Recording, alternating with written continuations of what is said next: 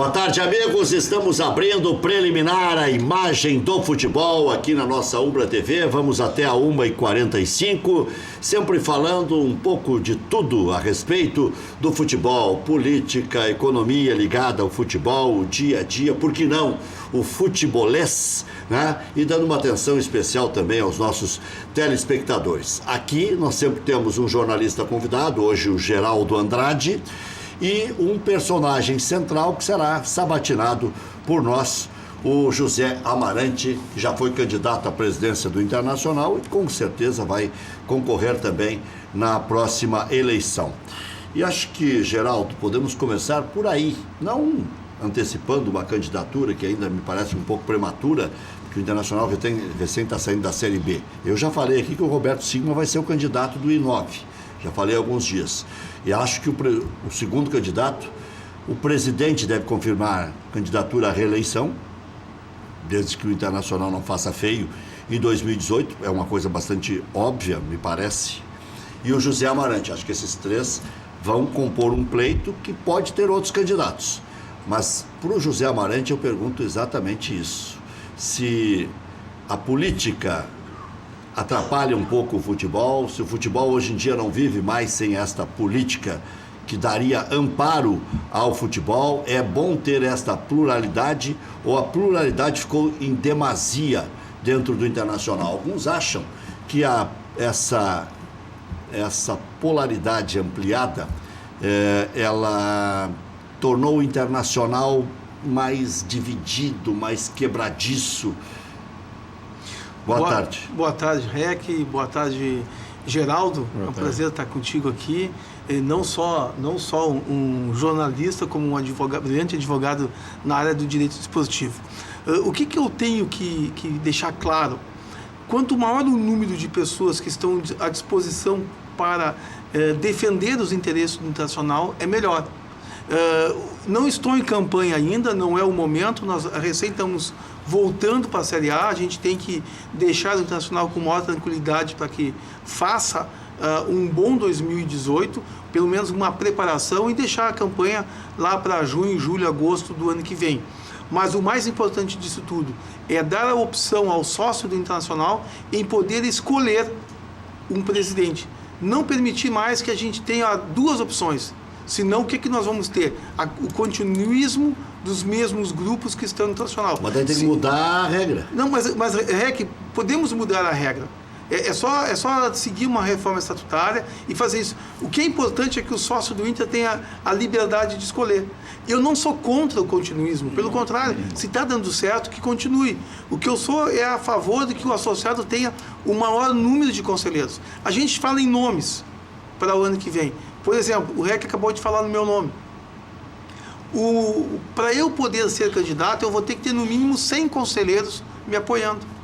Senão a gente já sabe para onde vai. Você quer terminar com a cláusula de barreira? Tem que terminar, tem que permitir que o sócio do Inter escolha. Não tem nem mínimo. Não estou dizendo, não, Rec, não tem mínimo.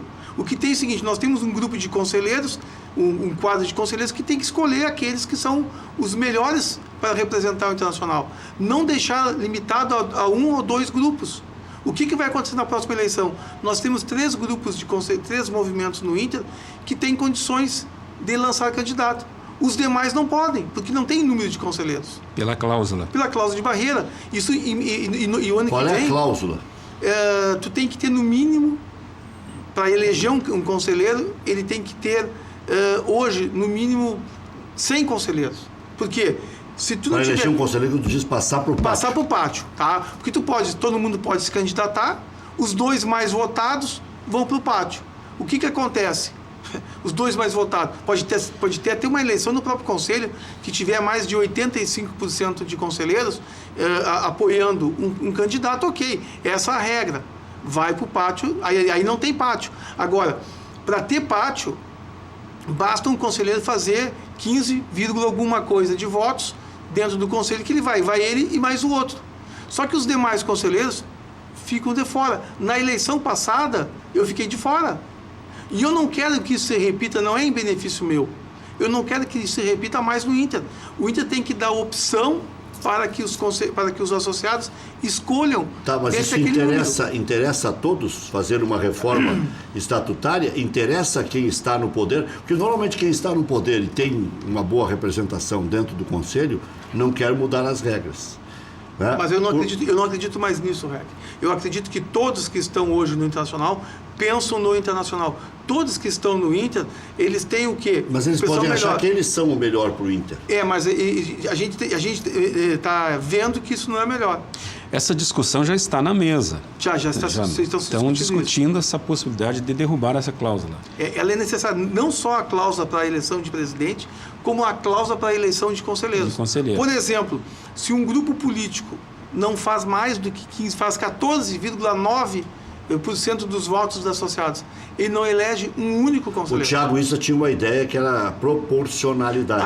A ideia do Issa é uma ideia muito boa, mas não é a ideia que nós buscamos. Nós buscamos a cláusula zero de barreira. Se tu é candidato a conselheiro e tu ganhou o voto do associado, tu não pode botar esses votos no lixo. Se fizer 1%, por exemplo, vai eleger 3 conselheiros. Vai eleger 3 ou 1 ou 2 conselheiros. O que aconteceu na eleição passada? Eu não me lembro agora se foi 40% dos votos dos associados não foram aproveitados. Por que não foram aproveitados? Porque esses movimentos não alcançaram a cláusula de barreira. Mas não vai virar uma colcha de retalhos, por exemplo? Daqui a pouco 6 gambás se reúnem num bar e dizem assim, vamos lançar a chapa agora. Se fizer 1%, nós vamos meter 3 conselheiros. Mas isso faz parte da democracia. Acertar e errar faz parte da democracia. Agora eu vou dizer aqui, em tua defesa e em defesa dessa tese. E não é contra ninguém, como diria o falecido Enio Andrade. Nada contra ninguém. O seu Enio já começava, poderia dar uma porrada em alguém, ele já dizia nada contra ninguém. Então eu já sabia que alguma letra vinha. E o seu Enio era muito educado, então a porrada dele era uma porradinha, né? E eu sempre me lembro do... Ele se preparava para bater. Se preparava. Então nada contra ninguém, nada em específico contra alguém. O que nós tivemos recentemente aprovado no Internacional? O ingresso popular. Sim. Porque a ideia não é tornar tudo mais amplo, mais plural, mais colocar um público mais eclético dentro do Beira-Rio, nem que seja em alguns jogos, porque pobre pelo jeito só pode assistir jogo ruim, né? Porque tem alguns jogos que eu não sei se tem ingresso aquele bem popular, mas digamos que tenha, sempre, tá? Eu não me aprofundei muito nessa questão, eu posso estar dizendo alguma bobagem, eu tenho medo de daqui a pouco pagar um vale. Então, digamos que tenha ingresso popular em todos os jogos. Esse de 10 pila, 20 pila, 15 pila, tá? O ingresso que o povo do clube sugeriu. E o povo do clube agora é gestão. Se cabe isso aí, para que todos tenham acesso ao jogo, cabe também que todos tenham acesso à Casa Colorada, que é o Conselho Deliberativo. E aí tem que ser cláusula zero mesmo. Porque se cabe uma coisa, cabe a outra também. Que na realidade... Se é para popularizar, populariza tudo. Isso não é desorganizar nem nada. Eu até perguntei o negócio da colcha de retalhos, porque daqui a pouco bota 15 caras que têm dinheiro, eles manipulam X sócios e fazem uma representação interessante. Mas assim, se tiver cláusula zero. Eu estou ponderando para tudo que é lado. Eu não popularizar, cara com dinheiro, cara de igreja, daqui a pouco. É o seguinte, eu não acredito que o sócio do Inter pode ser manipulado. Esse sócio popular, esse sócio que vai pagar R$10 por mês para ter acesso aos jogos, ele está limitado a um número de pessoas. Eu acho extremamente justo que tu permita que as pessoas, efetivamente, pessoas de baixa renda, tenham acesso ao estádio com um pagamento mensal de R$10 e consiga ver 3, 4 jogos por mês. Mas eu também acho que esse sócio que está nessa condição de baixa renda, ele precisa ir no estádio e ele precisa comer e beber no estádio. Tem coisas que nós também temos que acompanhar para rever, principalmente a questão, uma pessoa que paga R$10 mensal e quer ir no estádio, aquela pessoa que é humilde, aquela pessoa que não tem condições normais, ele sempre vai levar algum filho junto. E nós temos que pensar no refrigerante, na água, no cachorro quente, na pipoca, que os valores são muito altos. Eu sei que o Internacional não tem o domínio disso e não pode ter domínio, porque são áreas que o Internacional não tem o controle dela.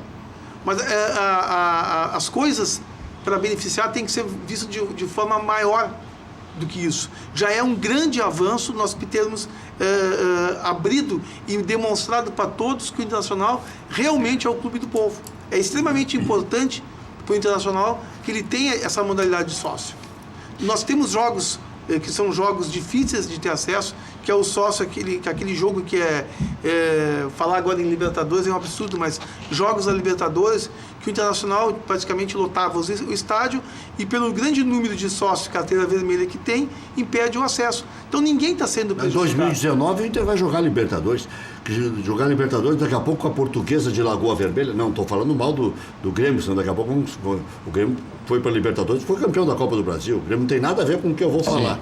Mas o 9º colocado do Campeonato Brasileiro vai para a Libertadores. O São Paulo está entre o rebaixamento e a Libertadores. São Paulo praticamente. Eu quero... O Vasco estava entre o rebaixamento e a Libertadores. Eu sei que são tantos assuntos que a gente tem que abordar. Então o Internacional vai para a Libertadores em 2019.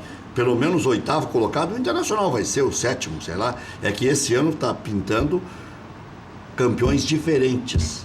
Copa do Brasil, Cruzeiro, Sul-Americana, Flamengo, Libertadores, Grêmio. Aí vai até o 9º, né? Mas pode ir até o 8º.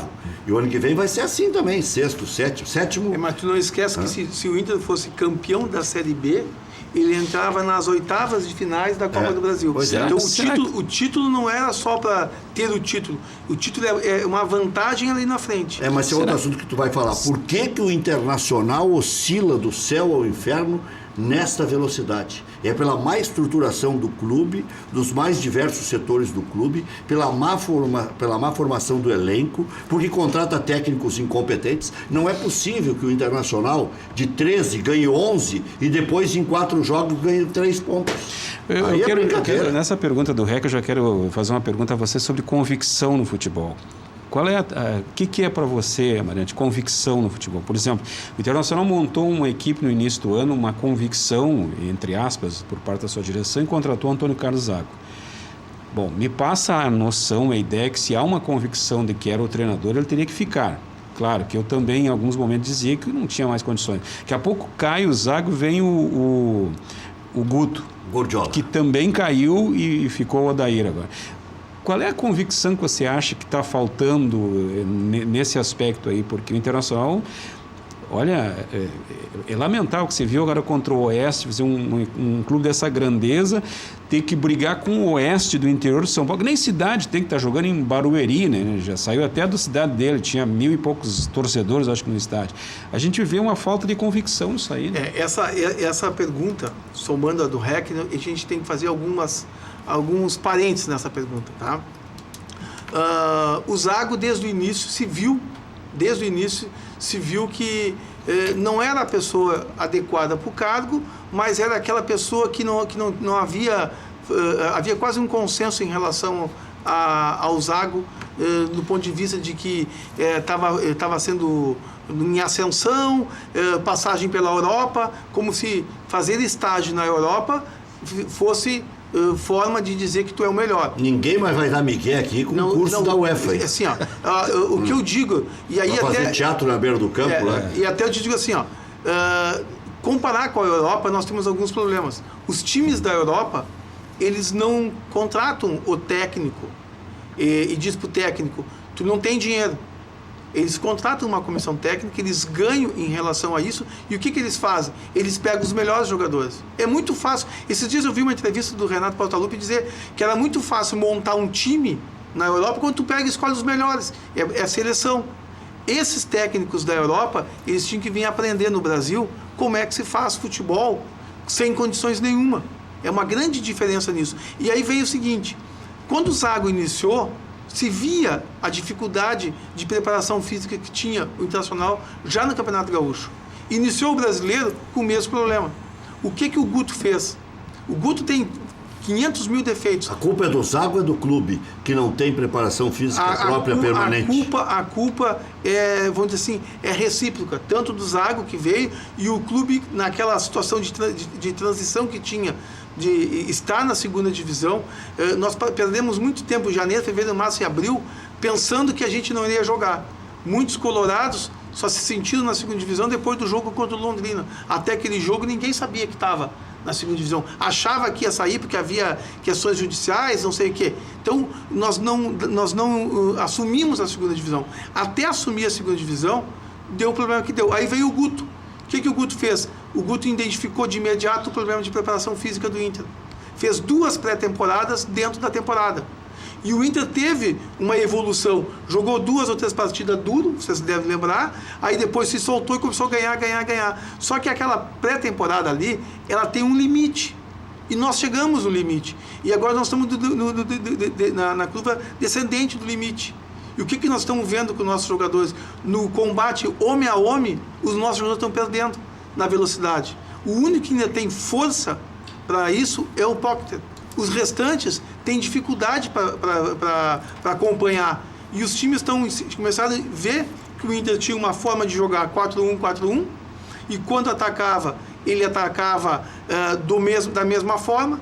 A única diferença num jogo que eu não me lembro quanto foi, mas que foi o jogo que foi 2-2, que o Internacional inverteu, onde eu acho que foi contra a Luverdense, que inverteu, e o Damião, aliás, o Pocket foi pela esquerda, lançou na área, Damião fez o gol com o lançamento do Alessandro. Aí tu viu o quê? Foi o primeiro momento no jogo que o Inter mudou a posição. O Sacha e o Pocket inverteram. E foi aquilo só, o restante era a mesma forma. Só que faltou para a forma 4-1-4-1 pernas para os jogadores de meio de campo. E essa situação é aquela situação que tu diz, a comissão permanente do Internacional, ela tem que enxergar isso e tem que fazer, não precisa um técnico chegar e enxergar isso. E quando o técnico diz uma coisa e a comissão diz outra, os gestores têm que confiar na sua comissão. Tem que haver uma arbitragem. Exatamente. Nós temos dentro da nossa comissão o Carraveta. Aqui, ó, o que falar do Carraveta? Aí eu ouço as pessoas falando que tem que vir o Paixão. Nada contra o Paixão, excelente profissional, mas tu tem o Carraveta de um nível igual. Mas tu tem que ouvir os que tu tens. Não está havendo essa comunicação. Eu não consigo entender que não está vendo. Mas é que cada um tem um temperamento. O que se fala em relação ao Paixão não é ser um árbitro em relação à preparação física. O que se diz em relação ao Paixão é administrar o vestiário. Da motivação. E que ele é um paizão. O Paixão é o cara que abraça o cara e diz assim, esquece teus problemas, foca nesse jogo, tu tem que pensar que tu vai renovar teu contrato, ajudar, que é o que estão querendo com o Tinga, com outros. O Paixão faria isso junto com um técnico experiente, é outra situação. Tu falas do Tinga, tu falas no Tinga, tu falas no Tinga e fala, não é tu, a imprensa está falando no Tinga e está falando no Paixão. Tu acha que é pensamento mágico, Tinga? É pensamento mágico nesse momento. O que o Internacional precisa é de alguém que tenha demonstrado experiência. Vou dar um exemplo, para não fugir da raia em responder. Se tu pega o Muricy, tu pega um técnico que nem o Paulo César Carpegiani, 2 incontestáveis. O vestiário é enxergado de uma forma diferente. Se enxerga diferente. Agora, o Tinga é um ídolo nosso. Nós vamos cometer o mesmo erro que nós já cometemos com os outros. O Tinga está preparado? Olha, ele tem 1 ano de experiência. O que o torcedor do Internacional quer para o ano que vem? Ele quer ter paz e certeza de que o grupo está entregue em mãos competentes. Bom, por essa linha de raciocínio que você está trazendo agora, a imprensa está lembrando praticamente todo dia aí os nomes do Abel e do Roger. São 2 técnicos com perfis diferentes, né? O Abel tem um perfil, o Roger tem um outro. Pela sua linha de raciocínio, o Roger não daria certo no Internacional, então? Não, pelo contrário. Tu tem os 2, tu tem o Abel e tu tem o Roger. Quem está trazendo esse? O Abel é a paixão do torcedor. O Roger pode ser uma convicção de gestores. A imprensa fica nesse meio apresentando qual que ela acha melhor. Na minha linha, se tu tiver uma pessoa que nem o Muricy, tu tem uma sequência. Tu tem o Paulo César Carpegiani, tu tem o treinador do Botafogo, o Jair Ventura, e tu tem o Roger. Pelo menos tu tem uma sequência de profissionais parecidos. O perfil do Roger não é o perfil do Abel. Eles são completamente diferentes. O que tu tem que fazer? Tu tem que manter um perfil. Tu quer um perfil moderno, tu quer um perfil de entregar a chave do vestiário. Tu acha que o Carpegiani está mais para Roger ou está mais para Abel? O Carpegiani está mais para ele, Carpegiani. Eles são diferentes. O Carpegiani é uma pessoa que tem uma estrutura muito maior que o Roger, tá? E uma forma de modelo completamente diferente do Abel.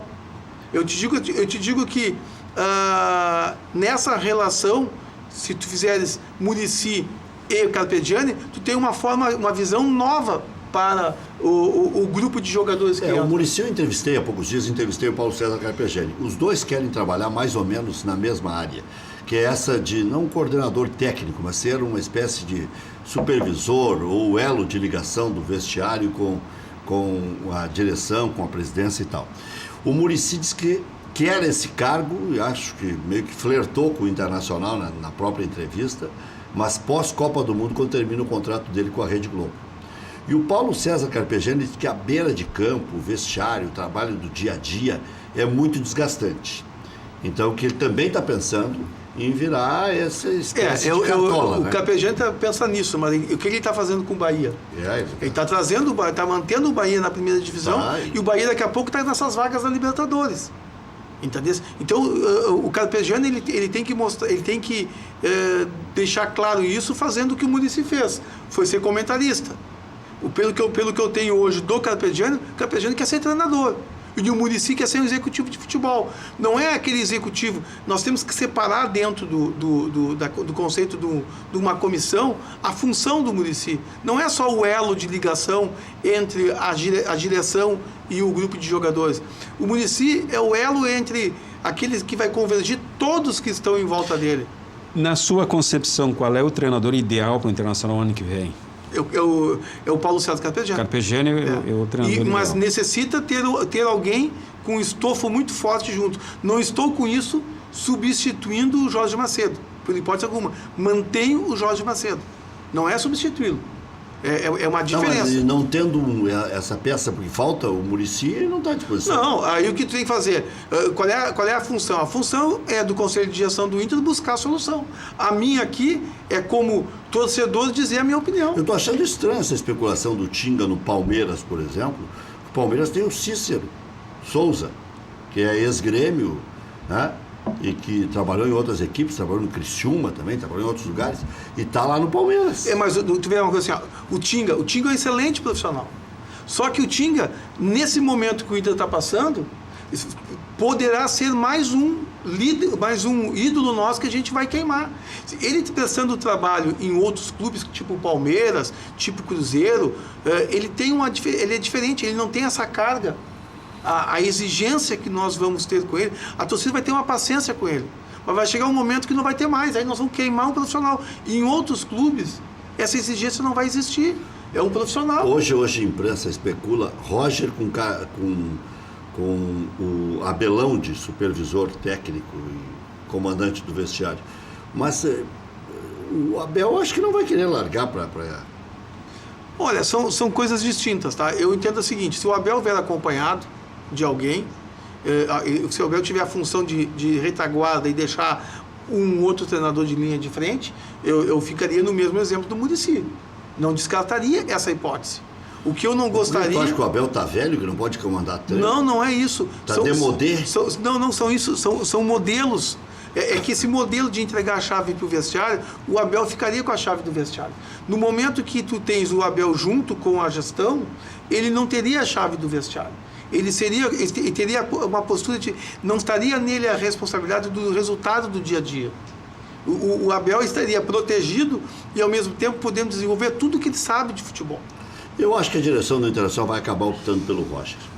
Pelo que eu tenho colhido aqui, ali, acolá. E hoje surgiu uma outra história. Isto aí eu fico com o pé atrás. Como o Internacional errou 2 balas, errou 2 tiros, errou, entre aspas, que o Inter acabou aos trancos e barrancos subindo. Então o erro também é relativo, porque não dá para falar só em desgraça, quando o torcedor minimamente queria nesse ano era sair do fogo do inferno. E saiu. Então eu acho que o Inter tinha que comemorar aquele pontinho conquistado com o Oeste. Como disse o Geraldo aqui, é uma vergonha jogar daquele jeito, mas às vezes é melhor ser vergonhoso de atingir o objetivo do que jogar bonito e perder de 1-0 e depois lá no final não subir. Né? Essa história, tem que ter merecimento. Merecimento vale o discurso para janeiro, fevereiro. Agora chegar em novembro tem que classificar. Senão o ano que vem vai ser um desastre. Mas eu vou te passar para lá. Agora estão dizendo que antes mesmo de pensar no Zago, falaram com o Roger, tiveram contato com o Roger. Se o Roger falar isso e confirmar com detalhes, ok. Se for só um dirigente que não sabe qual é o dirigente, que passou a informação para a imprensa, eu fico com o pé atrás. Porque falar do Roger é falar de uma coisa boa, bonita. Né? Sim, olha, nós queríamos o melhor, que é o Roger. O melhor não nos quis. Não nos quis porque estava acertado com o Atlético Mineiro. E aí nós fomos atrás do Zago porque tinha o curso da UEFA, porque tinha ido bem no Juventude na Série C. E subiu lá, e nós sabemos como, tomando um chocolate do Fortaleza. Eu comentei aquele jogo. Mas subiu, sabe lá Deus como subiu. E subiu também porque o Ipiranga foi incompetente e perdeu em casa para o Mojimirim. Né? E perdeu para o próprio Juventude lá em Erechim. Jogou fora a classificação, porque era o Ipiranga que ia decidir com o Fortaleza. Mas vamos pular essa partezinha aí. É igual o Guto Ferreira, que disse que foi campeão, que subiu o Bahia. Subiu porque o Vasco, na última rodada, ganhou e o Oeste tomou 2-0 do Náutico e tal. O Bahia subiu na última rodada. Né? Mas subiu. Tá, ganhou a Copa do Nordeste também, o Guto Gordiola. Mas perdeu para o interino o campeonato baiano. Tanto é que o melhor técnico do campeonato baiano, e eu não estou dizendo isso agora, quem me acompanha, especialmente no Cadeira Cativa, eu disse isso quando chegou o Guto. Vamos contar a parte boa, que é o título da Copa do Nordeste, a subida com o Bahia, mas vamos falar da parte ruim também. Perdeu o baiano para o interino, tanto é que o Argel foi lá receber o prêmio de melhor técnico da competição, depois. E essa do Roger eu também não engulo muito, porque eu gostaria muito de saber a fonte desses meus amigos que estão escrevendo e falando que ele foi procurado antes do Zago. Eu acho que o Inter queria alguém que ele pudesse... A fonte verdadeira para essa informação, na minha opinião, só tem duas. Só quem pode confirmar isso em nome do Internacional é Marcelo Medeiros e Roberto Melo. O resto é fofoca. O resto é fofoca. Falamos com o Roger. Se o Roger... Não, o Roger pode confirmar também. Sim, o Roger, claro, óbvio. Tu ia fazer uma objeção do que eu falei a respeito da subida de qualquer jeito? Mas tem uma hora que tem que ser a fera. Não, mas assim... Aquela Libertadores de 2014, subindo daquele jeito. Tá. O Internacional foi quase campeão em 2015. Não fosse ser exibido colorido, de repente tivesse sido campeão. Deixa eu te dizer uma coisa sobre isso e deixar bem claro uma coisa. Eu tenho vou dizer assim, defeito talvez, eu não gosto de perder. Não gosto de perder nada. Se eu tiver um campeonato qualquer, eu quero ganhar o campeonato. Pife? Não gosto de perder. Eu não gosto. Mexe embaixo da mesa. Não gosto de perder, tá? Então, o Internacional tinha a obrigação de ganhar e ser campeão dessa competição.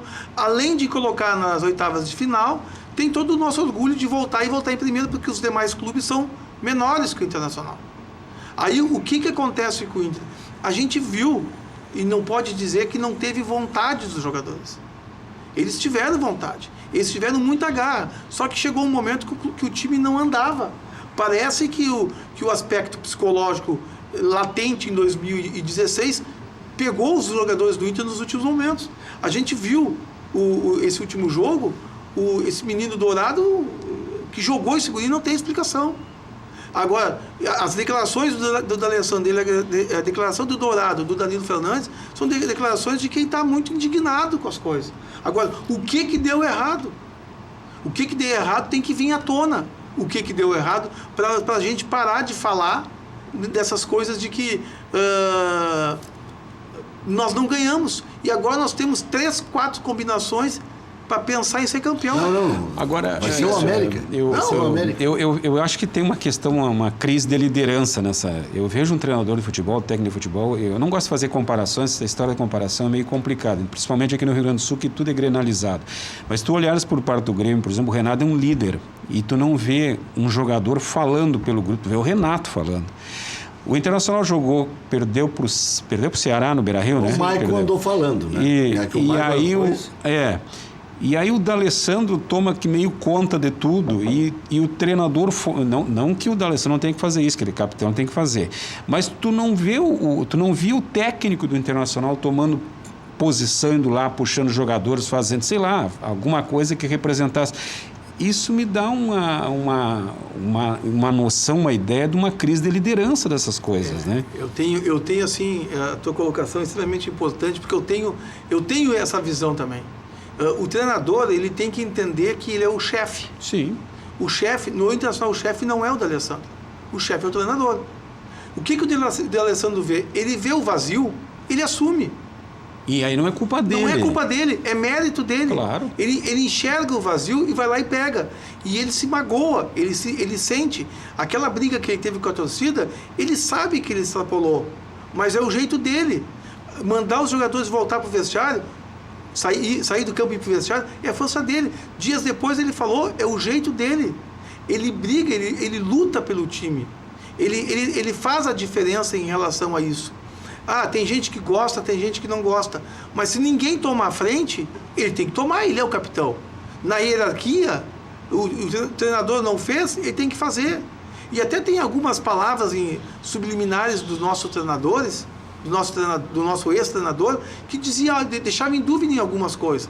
Aquela história de que só toma gol quem está em campo, aquilo ali, até hoje eu não consegui engolir aquela frase. E acredito que os jogadores também não conseguiram engolir aquele tipo de coisa. Essa forma do Renato Portaluppi tratar os jogadores do Grêmio é aquela forma que ele tem, mas o Renato é diferente.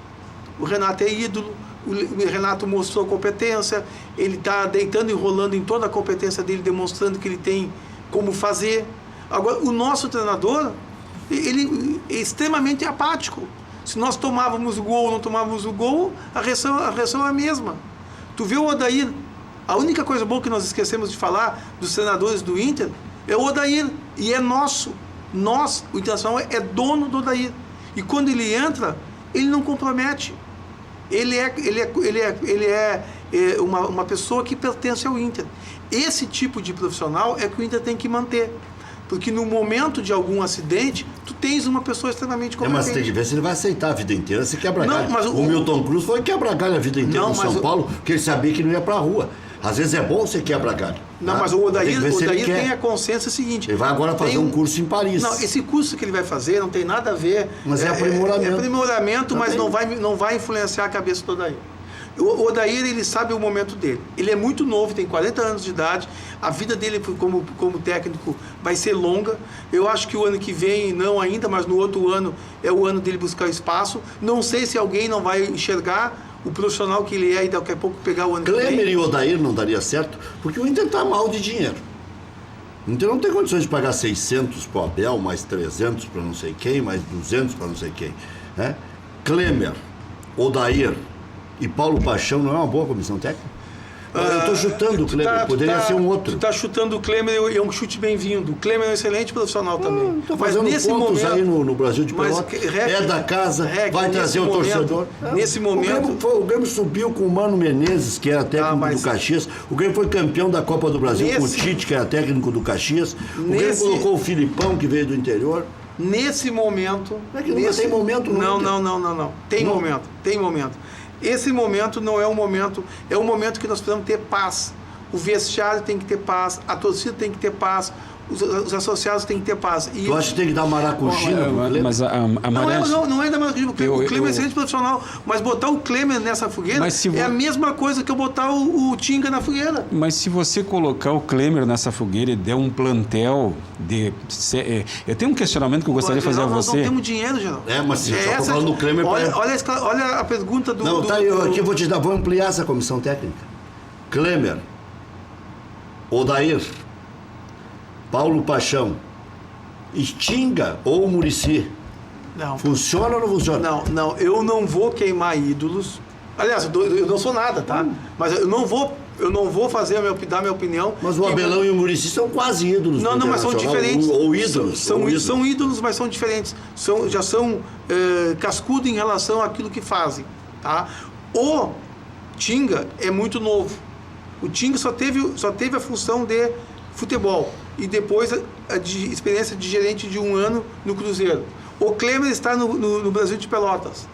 Nós vamos pegar o que nós temos de bom. O Klemer tem a vez dele. O Klemer vai ser técnico do Inter por competência. Vocês podem escrever isso. Agora, queimá-los nesse momento, nós estamos indo retornando para a Série A, lugar que nós nunca deveríamos ter saído. E nós temos que estar preparados para a Série A. Não é por falta de dinheiro. Temos que dar um jeito de resolver a comissão técnica. E a comissão técnica tem que resolver esses 100 jogadores que nós vamos receber agora. A sua preferência de comissão técnica, você já falou, que é o Carpegiani. Sim. Você acha que o Carpegiani estivesse hoje no Inter, com esse plantel que o Internacional tem, faria diferente na Série B? Não, com esse modelo que está lá, não faria diferente. Ele precisa de um modelo novo para 2018. O que é modelo que tu chama? O que eu chamo é o seguinte, é ter mais pessoas com mais capacidade ajudando. Mas o grupo, o Geraldo está se referindo que o grupo de jogadores é fraco. Que aí não tem modelo que sirva. Não, o grupo de jogadores não é fraco. O nosso grupo de jogadores, ele está paralisado. Pega os nossos jogadores e faz uma avaliação. Tu vai tirar desse grupo que nós temos jogadores que podem jogar em qualquer clube no Brasil. Eu não posso dizer que os 11 que são ditos como titulares são ruins. Tu tira desses 11, 3 ou 4, sobrou 7. Eu concordo, 7 eu acho que dá para aproveitar. Então tu tem assim, ó, e mais, tem jogadores que estão retornando que podem ser agrupados um novo agrupamento, principalmente pensando no psicológico desses jogadores. Por isso que eles têm que olhar para dentro do vestiário e enxergar alguém que lhe dê extrema confiança. Muito bem, já voltamos com o Amarante, com o Geraldo Andrade, José Amarante e Geraldo Andrade. Só, eu tenho uma frase, depois a gente pode até analisar mais profundamente isso. Médiozinho por médiozinho. O fulano é um jogador médio. O fulano é médio. Silvinho esse do Criciúma. Tem que ter muita convicção a respeito dele. Senão, médiozinho por médiozinho... Aumenta a folha só. Não, fica com o gurizinho. Bota um guri da base.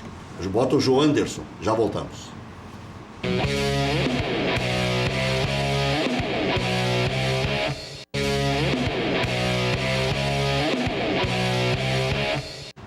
Vamos com o gol na memória.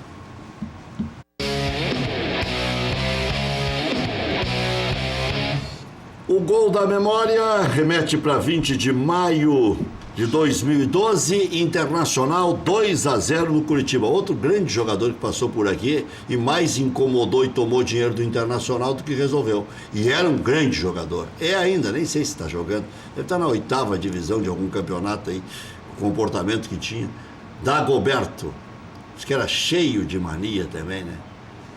Olha, jogada extremamente trabalhada, hein? 20 de maio de 2012. Vê pra mim aí, Tiago, que era esse técnico. Não sei se era o Dorival ou era o Fernandão. Mas olha aqui, ó. Jogada extremamente bem trabalhada pelo Internacional. Toques rápidos, curtos, né? Aquilo se chama treino de campo reduzido, né? Triangulações, pequenas triangulações. Dorival Júnior era o técnico dele. E era contestado. Já voltamos.